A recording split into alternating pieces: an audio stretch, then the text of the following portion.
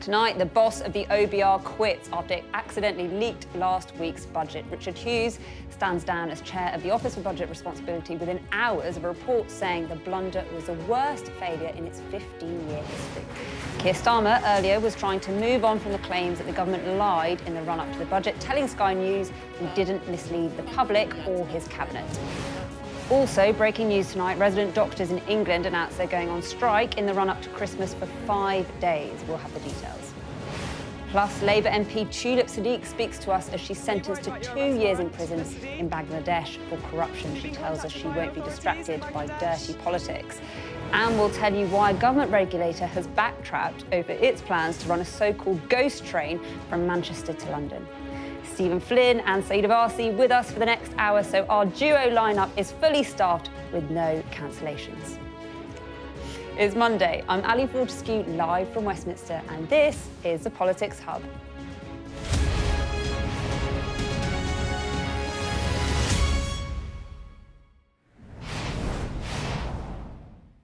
Hello, good evening. Now, normally, Prime Ministers like to keep a bit of separation in case they need to blame their Chancellor down the line. That is not what happened today. Today was a day the Prime Minister took ownership of Rachel Reeves' budget. He talked a lot in the first person about the decisions that he himself had made.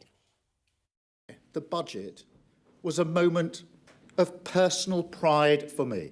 I didn't want to breach the manifesto, and that's why we came to the decisions that we did. I was concerned about that and wanted to make sure that we had a significant headroom for reasons that are obvious to the markets and to business. Keir Starmer might have been described as ruthless in the past, but the Chancellor looks safe in her job tonight. The message today, a Prime Minister and Chancellor united in talking about growth, closer ties with Europe, welfare reform. We'll come on to all of that tonight, and the resignation, of course, of the chair of the budget watchdog. But almost all the questions from journalists to the PM today were about trust. Is this government being straight with people? Did they give us the full picture on public finances before the budget? Did they break the manifesto? The thing about trust is once it's lost, it's hard to win back. Keir Starmer knows he needs to persuade the public, not just his party, that his Chancellor can be trusted. First tonight, let's hear from our political editor, Beth Rigby. Nice to see you. How are you? How are you? The Prime Minister trying to get back on the front foot on a visit to a London nursery. Andy, how old are you now? 3. 3. But I'm 3.5. 3.5. That matters. That matters a lot. Acknowledging that details matter as he tries to see off a row over whether the Chancellor misled voters about the public finances and defend Labour's second big tax raise in budget. I'm proud we're lifting over 500,000 children out of poverty. And that is the story of the budget. There were necessary choices. But this government facing criticism over its approach amid accusations the Chancellor misled voters. We found out from the Office of Budget Responsibility that the Chancellor, with your backing, misled the public on November the 4th when she warned about a black hole in the public finances without telling us the second bit, that higher than expected tax receipts meant the economy was in a much healthier position than the Chancellor publicly suggested to all of us and to the country. How do you respond to that as Prime Minister? There was no misleading. And I simply don't accept, and I was receiving the numbers, that being told that the OBR productivity review means you've got £16 billion less than you would otherwise have had, shows that you've got an easy starting point. But we started the process with significantly less than we would otherwise have had. Of course, there are other figures in this, but there's no pretending that that's a good starting point for a government. It isn't. And there's no to suggest that a government that is saying that's not a good starting point is misleading. It is wrong, in my view. The budget fallout continuing elsewhere too. OBR chief Richard Hughes resigning after the watchdog accidentally leaked the budget last week. The opposition saying Hughes is being used as a human shield. The fact is, the person who had leaked the budget 3 months before repeatedly was Rachel Reeves herself. If she thinks that leaks are a resignation matter, she should be the first person to resign. At the moment, she is facing a possible investigation by the Financial Conduct Authority for what I believe is market abuse, misleading the public so she could finesse the PR around her budget. This is a disgrace. This row about financial forecasts might seem a bit dry to you, but it matters because it's actually about trust. It's about whether the Chancellor exaggerated the fragile state of the public finances in order to justify big tax rises, to give her a bigger financial buffer, but also to increase welfare spending. It matters because this is a government that told you all before the election it would raise 8.6 billion in taxes, only to go on and raise 66 billion in its first 18 months in power.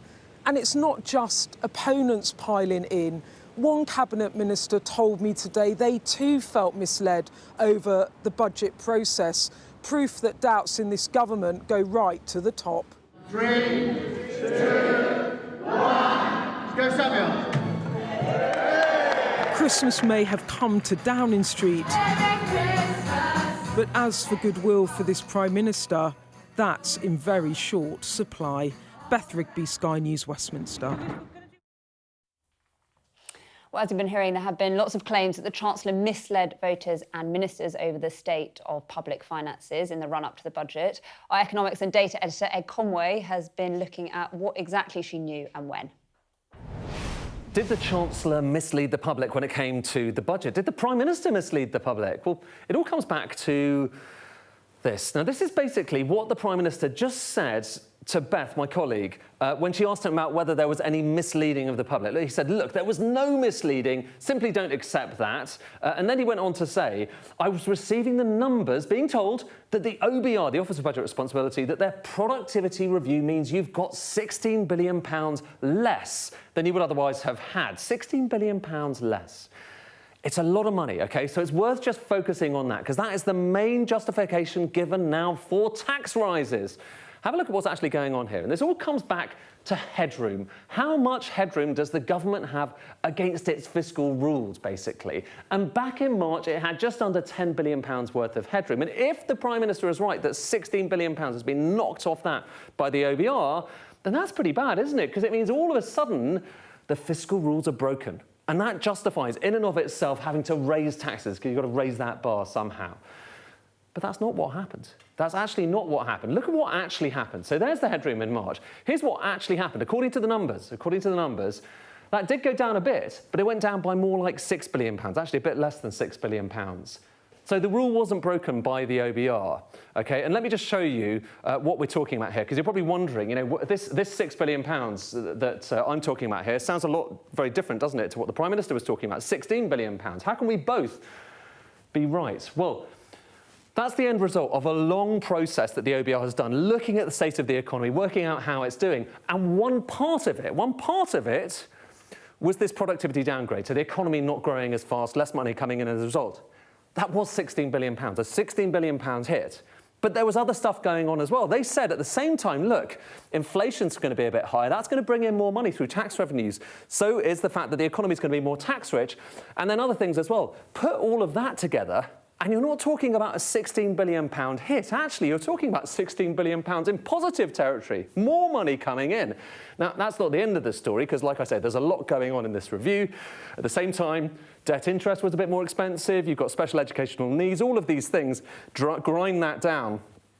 But the net result of everything is £6 billion, not £16 billion. And why does that matter? It matters because if we go back to this and think about that headroom that's just come down, if it's only come down by £6 billion, you're still in positive territory.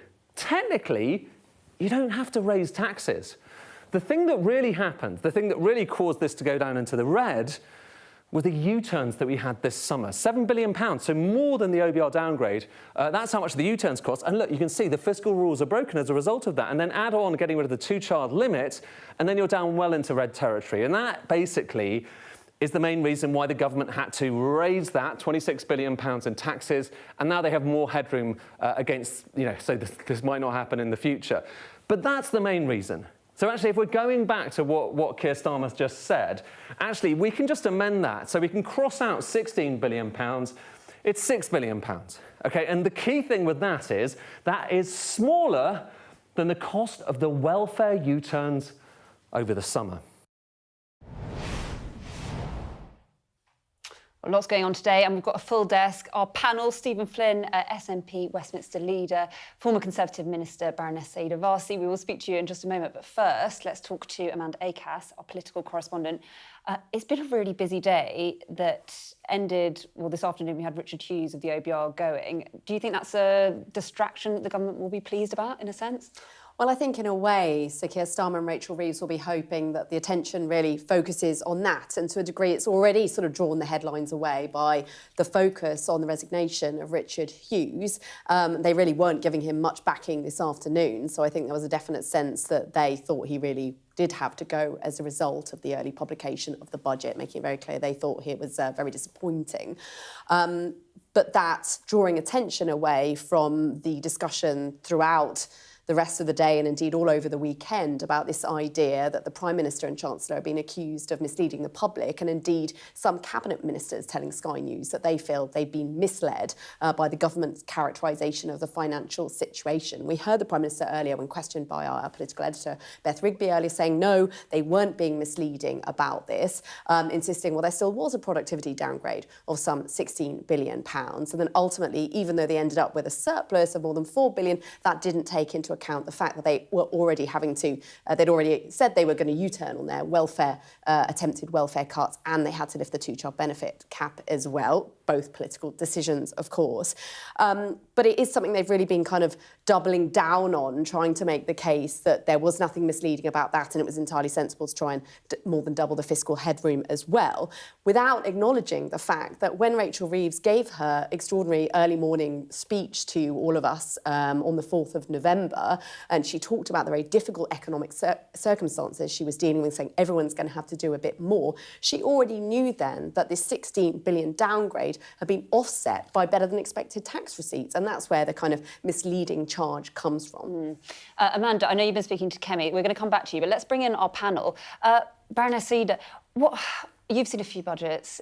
What do you make of all of this? Do you think she did mislead the public? Well, there are so many different moving parts to how this budget has unravelled, starting with the leak on the day, then all these accusations of lying, and then questions about what decisions were made at what point and who was informed at what point, and then cabinet briefings where cabinet ministers are coming out and saying that they weren't given the full picture and decisions were made based upon not having the full facts. But as I was saying to Stephen before we came in, every budget does unravel, you know. I mean, almost every budget when I was in cabinet unravelled within about 48 hours because there were some unintended consequences. I was talking to you about the pasty tax, which unravelled during the time that I was in government. But I think the head of the OBR doesn't normally go. No, but what's unique about this is it's not the budget itself that has unravelled, i.e. certain announcements that have been made and they've not quite landed in the right way. It's the whole process of how the budget came about.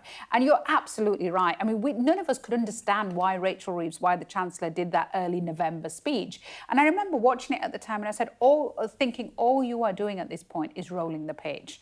And now when we find out that actually the pitch was being rolled on figures that were not correct, I think it really does leave a really bad taste. Stephen, I mean, there's a lot for you to like. You know, the two-child benefit cap going, PM talking about closer alliance with Europe. This is stuff that your party likes. Yeah, it's almost like they could have done that last year and chose not to. And as such, growth has been downgraded for the years to come. Living standards are going to be worse than what they otherwise would have been. And real wages in 2028 are going to be the exact same as they were 20 years previously. So let's not give them too much credit. But if I may, I think it is extremely serious that the Chancellor of the Exchequer has chosen to lie in the way that she has. She lied not just to the public and to Parliament, but to the markets, to investors, and indeed to the Bank of England by telling us They do dispute. Lie is a very strong word. They do dispute that. I should say we're going to speak to the Minister shortly. And look, I don't use it lightly, but the Chancellor and the Treasury briefed out for weeks on end in advance of this budget that there was a £20 billion black hole there or thereabouts. There wasn't. It's as simple as that. And this isn't to do with the policies of the government. This is to do with the fact that they've rolled a pitch which was not true. And if something's not true and it's a lie, we should probably just call it that. Do you think Richard Hughes is a fall guy? Oh, look, Richard Hughes going is probably as big a surprise as when Big Ange got sacked by Nottingham Forest. Nobody's shocked by it.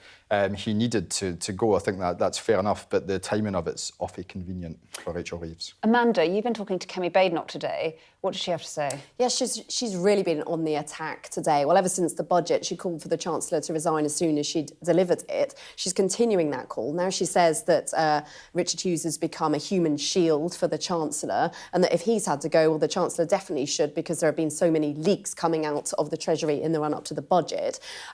Very strong language from her. I interviewed her earlier, and she said the Chancellor has lied and lied and lied again, and that's why she's got to go. And I think it is interesting, this kind of allegation about lying that we've heard from the Tories and Stephen's just been talking about, because in terms of what the Chancellor actually said on record, it's more a question of kind of what she didn't say. It's kind of misleading by omission, because she talked about the productivity downgrade and all the other problems facing the economy, but didn't talk about the better-than-expected tax receipts. And yes, there was all this briefing about this £20 to £30 billion black hole that she was having to deal with, which certainly no one on the record from the government came out and publicly corrected. But that wasn't direct quotes from the Chancellor or from anyone in the Treasury. It was briefing from journalists. So certainly a lot of that was clearly misleading pitch rolling. But I think actually the Chancellor was very careful with what she said on that November the 4th speech, and indeed on November the 10th when she gave an interview in which she even said that it would be very difficult to stick to the manifesto commitments without making deep cuts. Again, that's something that the Tories are really pointing to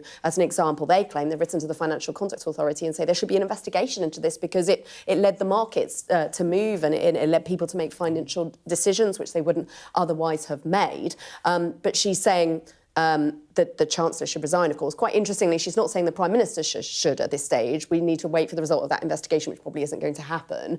And I think that's a kind of interesting line that's been drawn there. But fundamentally, it's clearly all the opposition parties are making hay from this. The government's got in a complete mess, and any of the kind of more positive messages that they were trying to land about their support for the cost of living, finally lifting the two-child benefit cap, and indeed the fact that the economy isn't in such a bad state as everyone thought it was, I mean, that's just been completely lost, and they're under real pressure. What's that? The irony of this is fascinating, though, isn't it? Because the whole point of setting up the Office for Budget Responsibility was because every time a Chancellor stood up, or whatever political colours, at the dispatch box, there were accusations at the end of that statement that they had fudged the figures, that they had fiddled the statistics, that they hadn't given an accurate record of what the economy was really like. And therefore, when we were in government, we brought in the Office for Budget Responsibility, a kind of arm's length institution, which would give a kind of snapshot of what the economy was really like, an independent record of what the statistics were, what the inflation figures, all of that was supposed to kind of give us a sensible, believable, realistic backdrop against which the Chancellor would then deliver his or her budget. And yet, actually, it's been the OBR who's been at the centre of all of this, because they have set out these figures, but then the Chancellor has chosen to actually deliver a budget based upon a different set of assumptions. So I think it is really fascinating how this is now ironically starting to Might be a wry smile from George Osborne this week. Maybe. Stephen, I can see you nodding your head. You agree? Yeah, look, there's a big part of that to which I would agree. The role and the influence of the OBR is now enormous, and the Labour Party have sought after the election to make it even greater, given what had happened with Liz and Kwasi previously. And I understood why they sought to do that. They're probably regretting it a wee bit now, though, based upon the fact that, as has been said, the OBR have said something which is contradictory to what the Chancellor and the Cabinet were telling us. And I think it's hugely important to say that it's not just Kemi Badenoch, it's not just myself and Ed Davey and others who are angered by this. It's members of the Cabinet who are saying that they were misled by not just the Chancellor but the Prime Minister as well. And, you know, the consequences of that for this government and their reputation and the trust that they promised to reinstill back into politics is huge. And, you know, when we have the Scottish election in May, I'm sure this will prey on everyone's mind.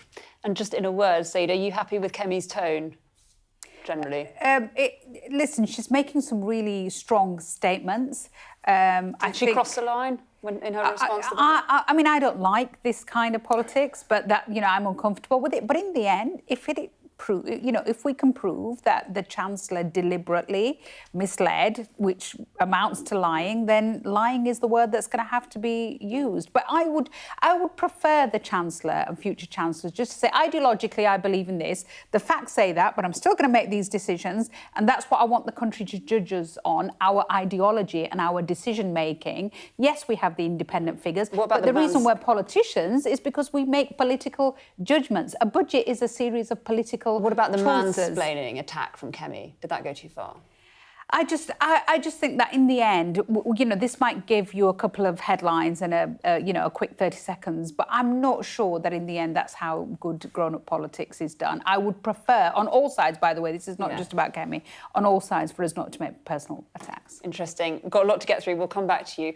And of course, for more on those questions around Rachel Reeves and the OBR, I spoke to the Scotland Secretary, Douglas Alexander, and began by asking about Richard Hughes' resignation and if he was pushed. No, it was his choice.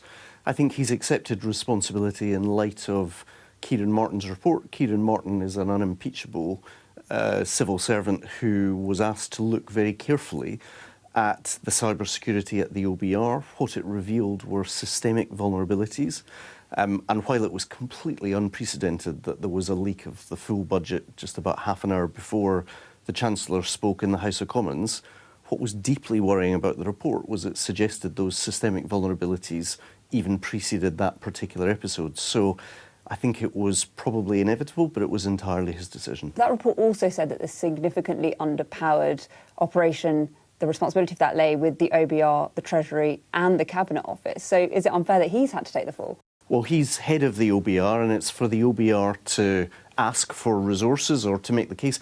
One of its critical responsibilities is to be able to keep confidential, critical market-sensitive aspects of budget numbers. And in that sense, any responsible director, if they felt that there was systemic vulnerabilities in relation to those documents and to those figures, would surely have raised it directly, and I'm not aware that he did. But I think it's right that he's accepted responsibility in light of what this report evidenced. I'm quite interested in the broader relationship between the government and the OBR. Today, Keir Starmer said that he was bemused by the timings of some of the OBR forecasts. We know that you've repeatedly talked about beating OBR forecasts. We also know that you talked about cutting spending in due course to sort of fit it within their parameters, but it's unclear if that's actually going to happen. Do you have confidence in the OBR? What's the point of them if the you're not OBR is an important doing what they say? institution. As I recollect, when the Prime Minister was asked today and he answered that he was bemused, it was, "Are you angry?" was the question. And he said, "No, I was bemused," almost perplexed as to the exact timing of the productivity review. This productivity review... It is an interesting word, well, just let me finish. The productivity review related to the previous government's time in office, and he was just making what struck me as a pretty common sense point, which is, if you were going to carry out a review of the last government, really doing it 16 months into this government seemed curious. I think he was making a perfectly reasonable point. But the OBR matters. The OBR will get new leadership in light of the resignation that we've seen today. The Prime Minister has been in that unusual position of having to stand up and say that he didn't mislead the public over the state of public finances. There are reports that Cabinet Ministers felt misled. Did you feel misled? No, and I don't recognise the anonymous briefing to the Times that you referred to. I've been in 3 cabinets under 3 different Prime Ministers, under Tony Blair, under Gordon Brown, and indeed under Keir Starmer. And if I look at the engagement that I had with the Treasury in the course of this budget process, whether that was my very first Cabinet meeting when I was appointed to the Cabinet back in September, where the subject matter was economic growth and Rachel led the presentation, whether that was the bilateral contact that I had with Rachel herself, or indeed with other Treasury ministers, or indeed the meeting that we had on the morning of the budget, which is the standard process by which the Cabinet comes together to approve the budget, it easily bears comparison with the budget processes under Gordon Brown or indeed under Alistair Darling. So you don't think the public was misled? No, I don't. Why not? Because I stand by what the Chancellor set out at the dispatch box. And if you look at some of the reporting around... But she had more money than she was letting on. No, I don't recognise that. As the Prime Minister said today, if you suddenly find yourself on the basis of the OBR's numbers with a £16 billion downgrade in relation to productivity gains, they were estimating, I think, a 0.3% loss in productivity relative to what they had been estimating in previous years. It's just basically a fact that if you've got £16 billion less than you were assuming, that materially affects the numbers and the judgments that you get to make. But there was more tax take, so you got some of that money back. And, you made choices. You wanted to spend money on welfare. You wanted to increase the headroom. But that wasn't made clear to the public. People aren't stupid. Do you not think that people watching this will not feel like they might have been misled, that they didn't get the full picture? No, but I honestly think we'd be having a profoundly different conversation this evening if, as some reports have suggested in the last couple of days, Rachel Reeves had chosen to do nothing in light of the OBR forecasts. If you remember, those go back, I think there are 5 independent forecasts from the OBR in the course of the process. If she'd, for example, said, let's accept a headroom of £4 billion, which was the money that was left available unallocated by 2030 on the OBR projections, that would be less than half the number that we had over the last year, when there was a pretty wide economic consensus that we needed to significantly increase the economic headroom to be in a position to give the economy the resilience that was required. I think it would have been deeply irresponsible for the Chancellor to say, listen, in light of the forecast that we received in the OBR, let's just leave the headroom at £4 billion. I think there would have been a pretty significant market reaction if that had been her judgment. But you do not think you should have told people about the £4 billion surplus? Well, these numbers go back and forth. As I say, do you there think were people have 5... any right to be slightly miffed that they didn't get that full picture at all? Listen, we have a very robust political debate and a very free and independent press in the United Kingdom. People will always make their judgments about budgets, about chancellors, about governments. But it just feels like you're not taking any accountability for that. Well, we stand absolutely by what Rachel set out at the dispatch box. And if you say, am I accountable and responsible for the 450,000 kids that we're lifting out of poverty, the £150 that we're cutting from energy bills? But that's my point. Ultimately, the responsibility rests with the public. They ultimately get to make the judgment at the end of a parliament in the round as to how the government has done on the economy, on public services, and that's ultimately the basis on which the Chancellor set out her numbers. OK, I want to talk to you a bit about welfare, because the Prime Minister today talked about reforming welfare, he said it's not about propping up the broken status quo. Are you going to cut the overall welfare bill? Well, when you say cut the welfare bill, is your ambition to cut pensions, where we, for example, at the budget, increased the pension payments under the operation of the triple lock. We also made a choice, you're absolutely right to say, we as a party and as a government prioritise lifting 450,000 kids out of poverty. So I make no apology for those choices. But we also recognise there are other aspects of the welfare system that are not working and need to be reformed. That's why we have the Stephen Timms review. It's why we've asked Alan Milburn, a former colleague of mine who was in the Tony Blair cabinet, to look at the whole issue of how we get young people back into work. 120 of these sorts of inquiries, reviews, since you've been in power. I think people don't really want reviews, they want action, and they want to know how much. But equally, we had a previous government that said we've had enough of experts and it didn't end well. I think there's actually a case, particularly in a system which is as complex as the welfare system, in relying on the expertise of those kind of reports to inform the choices that we make. So, for example, at the budget, we decided that while Motability is an important scheme for disabled people across the country, it simply doesn't make sense for them to be able to drive what any normal person would regard as luxury cars as part of the Motability scheme. That's one small but significant practical example of, I think, the kind of changes that people want to see. The other thing that the Prime Minister wanted to talk about today was bringing us closer to the European Union for growth. We couldn't get a defence loans deal over the line. The Chancellor has talked about youth mobility deal. That hasn't happened yet. What gives you the confidence that we can actually get a deal across the line that will make a material difference? What needs to be recognised in your question is there's politics on both sides of the channel. It's not simply a question of us saying this is what we want and the European Commission saying if that's what you want, you can have it. The reality is, whether it was Nick Thomas-Symonds and the work that he did last year, or whether it was the UK-EU summit last year, we began to make significant progress. The way we make that progress is, first of all, reforging our relationship with the leadership of Europe. Remember, Liz Truss couldn't answer the question, is Emmanuel Macron a friend or a foe of the United Kingdom? Keir Starmer has worked very hard to rebuild those relationships. On the foundation of those relationships, we did really good work, for example, on an SPS agreement, a veterinary agreement at the time of that EU-UK summit back in May. But those are one of a multi-annual series of summits. So we have more work to do. And I welcome what the Prime Minister said today in terms of deepening that relationship with Europe as we go forward. But it's going to be a negotiation. Right, let's bring Stephen and Baroness Varsi back in to talk about that interview. I mean, it was interesting because the Prime Minister today obviously wanted to talk about closer links with Europe to boost growth.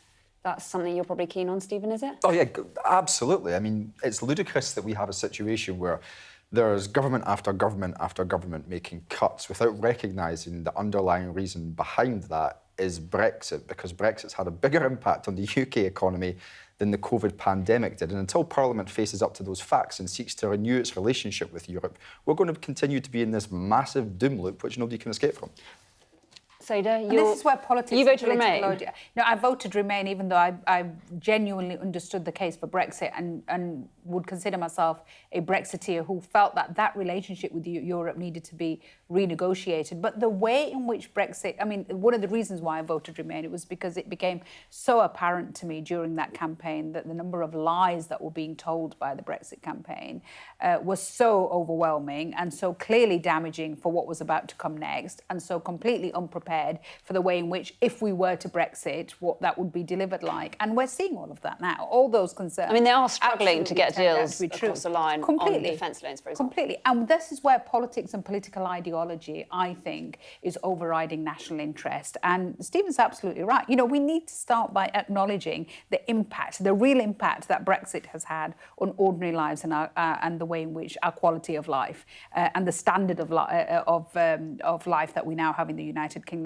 And until politicians are brave enough to start by saying that, whatever we were on the scale on Brexit or, you know, on Remain or Brexit, you know, I just think it's important to start to establish those facts and say, you know, politically, you can still say, having seen all of that and having seen how this has impacted our economy, we would still vote to Brexit. Fine, that's a political decision, but don't try and make out that somehow it hasn't had an impact on our lives. We're going to come back to you, I promise. You're watching the Politics Hub coming up.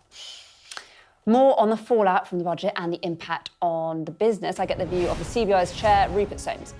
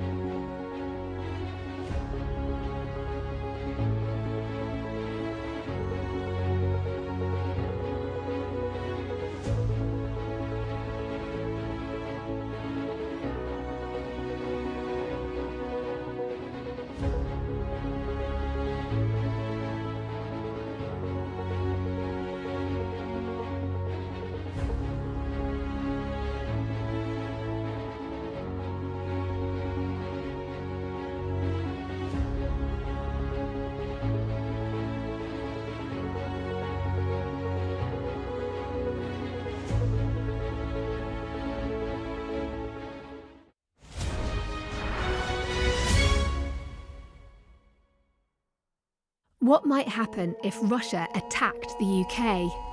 This is clearly an enormous show of force. It is definitely out of the ordinary. We ran a war game with former ministers back in the hot seat. Ben Wallace. Amber Rudd. Jack Straw. It's the kind of war game that's genuinely tested inside government. The Russians are signalling that there may be an attack. Russia knows our weaknesses, but do you? I'm Deborah Haynes. From Sky News and Tortoise, this is The War Game. Listen wherever you get your podcasts. Hello, welcome back. More now on the fallout from the budget. I got the reaction from the Confederation of British Industry, the CBI, their chair, Rupert Soames. Yes, and I think time always helps. So, typical tax and spend budget. 26 billion being taken from working people, and 10 of that going into a bigger buffer, and 16 going into welfare. But from businesses' point of view, there's an element of relief that it wasn't a repeat of last year's, which was 26 billion from business. So I think that a lot of the taxes that businesses feared could have come, like a tax on a bank, haven't come. I think there are some positive things around entrepreneurs' relief and also around tech and encouraging those businesses. But fundamentally, business is still reeling from the damage done to employment and growth a year ago. A lot of people have said that this was a budget for Labour MPs. Is that something that you feel? Do you think this government is really listening to business? Is that their priority? Well, I think they looked to business in the previous budget by taking huge amounts of tax off business. This one was different. I have to say I was quite surprised that in lifting the two-child cap, there wasn't apparently any attempt to go and have other areas of welfare reform, but it is tax and spend. It is raising additional taxpayers' money to spend more on welfare. And I didn't think that was the manifesto. So you think they should have spent less on welfare? Well, I think the reform of welfare, and this is the first time in my life I have seen a government with a majority of 160 unable to get through vital pieces of legislation that it wanted to do. But anyway, that's politics, not business. But it is quite odd. And you see, I think, a chancellor who is constrained on the one hand by economics, which is the enormous amount of debt that we have, and on the other of politics, of not being able to get through some of the things that she wanted to do on welfare reform. So do you think she's been too political in a sense? No, I'm not a politician. It's really, really hard, her job. And I'm one of those people who respects Rachel Reeves. I think that she's had a really hard time, but she is seriously constrained. There are questions today about whether the Chancellor and Prime Minister misled the public on the state of public finances. Do you think that's a fair characterisation? Again, that's drifting into politics. What I would say is that we should all go to bed saying thank God for the OBR. Because actually the OBR was brought in precisely because of this, because the temptation for politicians to go and spin things around the budget is almost irresistible. And you'd have to say that the run-in into this budget with all the leaks, I mean, I thought that kite flying was something you did with children and was quite fun. I don't ever want to see another kite. I just see kites and I go, ugh. And it was really, it was not clever. Whoever thought that this was a clever way of going and running into a budget, all these different policies and possibilities, it must have been deliberate. But it really, please God, let's learn, it's not a great idea. Because for business, it introduced huge amounts of uncertainty as to what was going to happen, and it was this long run-in. Anyway, it's past now. We know what the budget's on. Onward. Where do you think this government ranks in terms of its relationship with business? Is this an anti-business government? No, I don't think any government is sort of anti-business.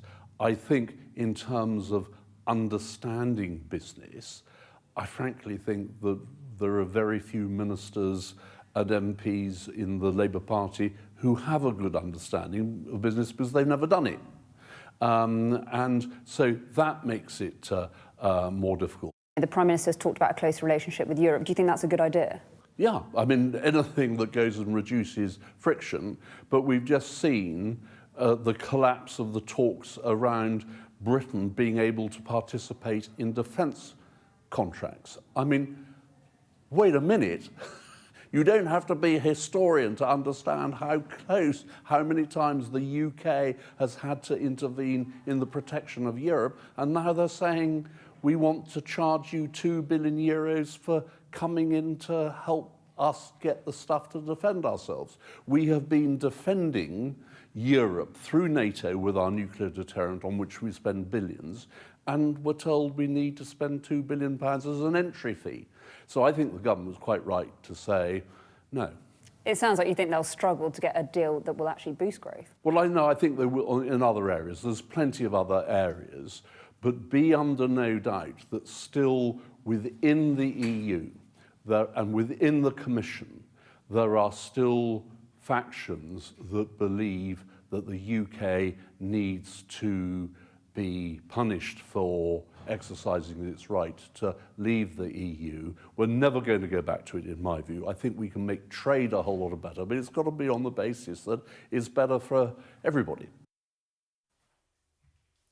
Well, the budget fallout and the OBR are sure to feature in tomorrow's papers. We'll have our extended press preview from 10:30 this evening with tonight's news and tomorrow's headlines. Joining us will be Daily Mirror columnist Kevin Maguire and former First Minister of Northern Ireland, Baroness Foster. Now, doctors in England have voted to strike in the run-up to Christmas in a dispute over pay and working conditions. The British Medical Association confirmed resident doctors, formerly known as junior doctors, are planning a fresh wave of walkouts. While we've been on air, we've had a statement from Wes Streeting, the Health Secretary. He has said the BMA have clearly chosen to strike when it will cause maximum disruption, causing untold anxiety. Patients and NHS staff deserve better than this cynical attempt to wreck Christmas. After a 28.9% pay rise, the government offered to create more jobs and put money back in resident doctors' pockets. The BMA rejected it out of hand, refused to put the offer to its members, blocking a better deal for doctors. Well, as you can see, our correspondent, Sadia Chowdhury, is with me now. I mean, this is obviously a blow for Wes Streeting, isn't it? Yeah, and look, nobody wants to be spending the run-up to Christmas waiting in a hospital waiting room or anything like that. But, you know, this is going ahead according to the BMA. It is set for the 17th until the 22nd of December. And this will be the 14th walkout that the doctors have conducted since March 2023. I think the one in the summer cost the health service around £300 million. So it's not something they want to do, but everyone says the resident doctors are saying they have no choice. That's what's bringing them to this. It is, of course, over pay and working conditions and jobs. And the health secretary is saying he's not going to go any further and offer any more increases. He says resident doctors have received the largest pay rises of any public sector employee. And what he's talking about there is a 22% over 2 years in 2023 and 2024. And from 2025, they've been given an additional 5.4%. There's also the issue of jobs, because the resident doctors are saying that thousands of them have been turned down from an internal medical training post that had been put out. Places, they say, are so restricted now that candidates can even have a PhD but still not get interviews. This is what Dr. Jack Fletcher said. He's the chair of the BMA's Resident Doctors Committee. He said, these strikes do not need to go ahead. Gradually raising pay over a few years and some common sense fixes to the job security of our doctors are well within the reach of this government. It would ensure both the long-term strength of our healthcare workforce and spare the country the indignity of seeing unemployed doctors at a time patients are queuing up to even see a GP. So those strikes due to run from 7 a.m. on the 17th of December until 7 a.m. on the 22nd. OK, Merry Christmas. Thank you, Sadia. Right, let's bring our panel back in, Stephen Flynn and Baroness Saida Varsi. The thing about this government is that they went quite big at the start, didn't they, about being able to stop the strikes. They put a lot of money into it. How damaging is this, Saida? It is damaging, and I think, first of all, I do want to give credit to the Health Secretary. I think it's important to acknowledge that there was a big logjam with the doctors, certainly under the last Conservative government, and he did come in with this clear intent of trying to unblock that, and he made this huge, generous offer. And yes, doctors will say yes, but you compare it back to 2008, 2009, pre-austerity, we're still nowhere near where we should be. But I think it is right to acknowledge that they got the largest pay increases across the public sector, and the Health Secretary tried to put right many years of when they hadn't had those pay rises. I think it's also important to acknowledge what he said, which is that what the Health Secretary said, which is I'm happy to negotiate on pay conditions, on work conditions, on training contracts and all sorts of other things, but we just do not have the headroom to actually be looking at these large pay increases again. But I think it's really disturbing that in 2025, we cannot get doctors' contracts right. The fact that there are many junior doctors, or resident doctors as we call them, who are not able to secure speciality training, that there are, doctors coming out of F1 and F2 training and can't get speciality training, that at every level the pyramid gets short, kind of narrower and narrower. And yet people are waiting months and months to see a specialist or to even get a GP's appointment, waiting weeks before they get a GP's appointment. Something in the system is not working. And I think if we could try and unplug that, because that in the long term will have the biggest impact on people's lives. Slightly different situation in Scotland. Mm-hmm. Massively different situation in Scotland. But before I come to that, because I think this is actually a little bit of a warning for the audience back home in Scotland of what a Labour government will do to the NHS. And Said is right. For years we had strikes with nurses, with paramedics, with doctors. They didn't happen in Scotland under the SNP. And now under the Labour Party we've got strikes again. Perhaps if Wes spent a little less time plotting to be Prime Minister and more time protecting patients, we wouldn't be in this mess. But I guess that's something for him to reflect on. Maybe Morgan McSweeney has some thoughts on that too. It cuts through. I just don't think it's that political, right?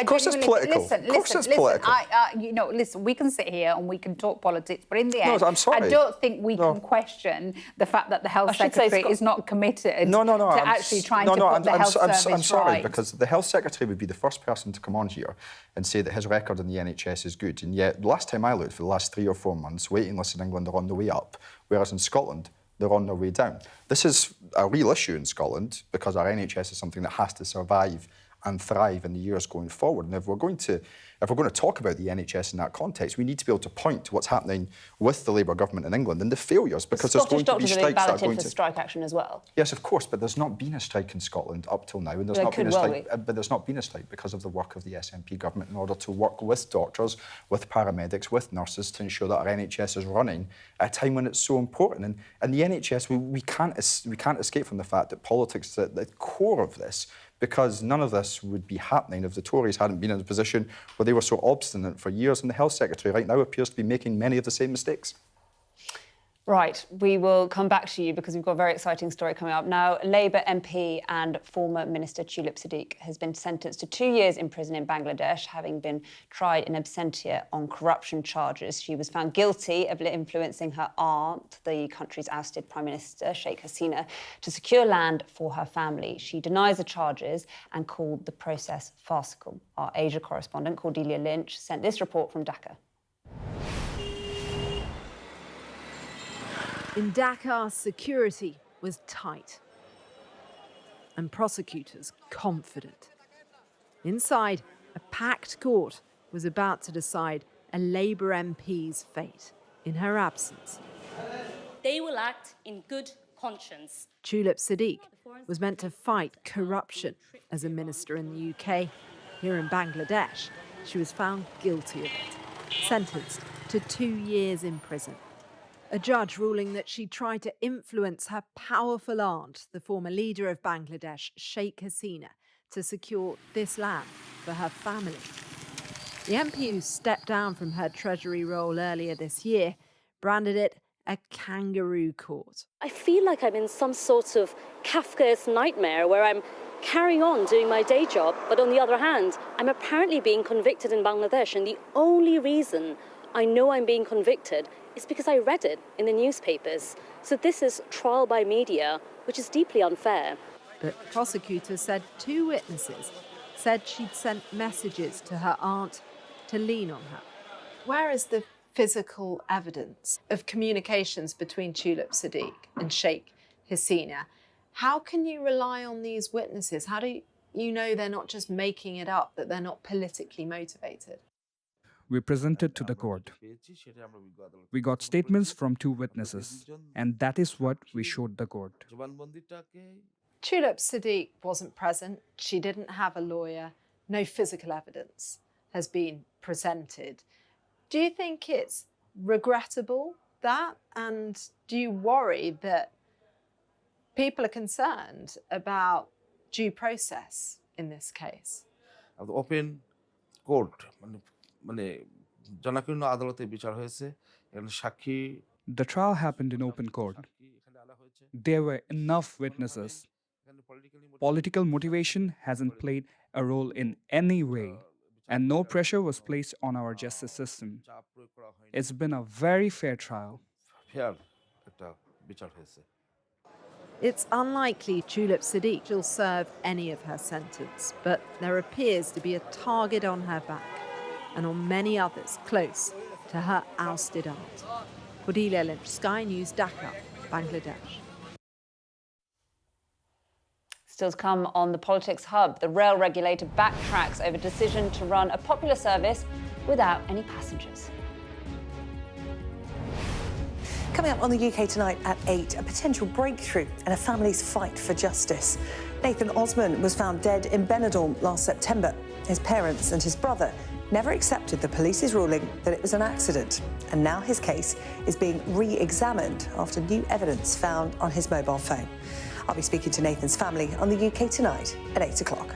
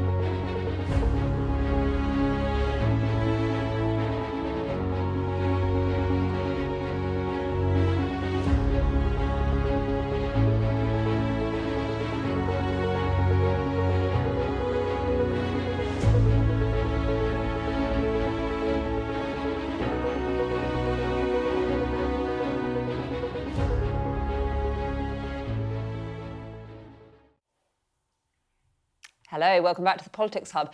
Now, there is a story that you might have seen that has slightly baffled us here. It's about the 7 a.m. Manchester to London train, a very popular commuter route that takes passengers into Euston in under 2 hours. Over the weekend, we were told that the service was going to be axed. The train itself would run, but just without any passengers on board. The idea was that by allowing passengers to get on, that would harm the overall performance of the line. Well, after public outcry, the rail regulator bowed to pressure. A spokesman from the Office for Rail and Road said, "We've taken account of all the evidence and feedback, and we've given Network Rail and Avanti the go-ahead to arrange for the 7 a.m. service to continue running with passengers." On the basis of the information we have, we believe the running of this 7 a.m. service could have a negative impact on reliability and punctuality of services on the West Coast Main Line, but we recognise its importance and popularity and will support its continued operation. I hope you're still with us after all that, Stephen and Cedar. I mean, this is just an example of common sense prevailing, isn't it? Isn't it brilliant that the rail regulator has worked out that the whole point of having a train is to have passengers in it and to get them from A to B? And it took them how long to work that out? With all their expertise at the rail regulator. This is crazy. So this is a crazy story where effectively, because they needed the train to get to London to bring passengers back from London to Manchester, they decided that the quickest way to make sure that that train would run on time is to make sure that there were no passengers on the train to London, so it never had to stop anywhere, nor get people on it or off it. And therefore, to increase the accuracy and the time of that return train, they just decided that there were going to be no passengers on the outbound train. It is completely crazy. I mean, it's one of those moments. You must spend a lot of time on trains. This sort of thing must get to you. I feel like I have nothing to offer here. Is there like a rubbish political metaphor, like the trains, the Labour Party, and they're taking nobody with them? I don't know. Like, I'm lost. It's useless. It's a terrible story. And how has this happened? Before we lose you, Stephen, I do actually, I've been off for a bit, but you have said that you are going to stand down as an MP at some point. Yes, if I'm elected to the Scottish Parliament in the elections next May. Any clue on when?